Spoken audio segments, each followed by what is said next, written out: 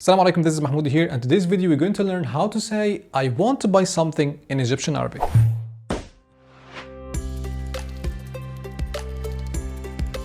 So first of all, to buy is ashteri.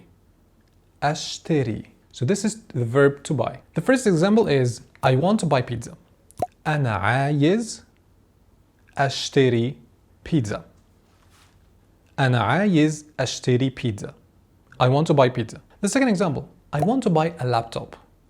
أنا عايز أشتري laptop.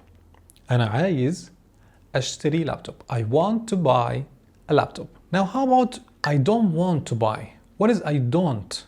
I don't want to buy. Don't in Egyptian Arabic is mish. So basically you could add mish in the middle of the sentence. The first example, أنا مش عايز أشتري pizza. I don't want to buy pizza. أنا مش عايز أشتري pizza. The second example, أنا مش عايز أشتري laptop. أنا مش عايز أشتري laptop.